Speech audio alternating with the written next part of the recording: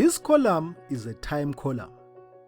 As you can see, we record the date and time when the transaction was reconciled. To achieve this, I need a time picker instead, meaning I should name this column as a time range.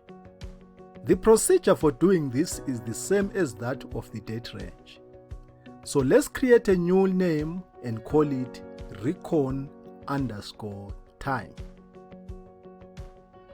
As you can see, to define a time range, we write _time.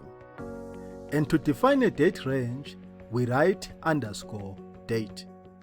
It's as simple as that. Now, if I select any cell within the defined time range, I get a time picker.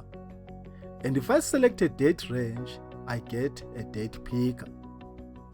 Now look at this.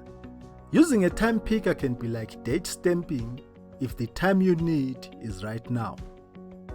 As you can see, in just 2 clicks, I have applied the recon time. However, if I want to change the date, I can go to the date picker and change it. As you can see, the newly selected date has been applied at the top of the time picker, ready to be executed. However, the time is still the same.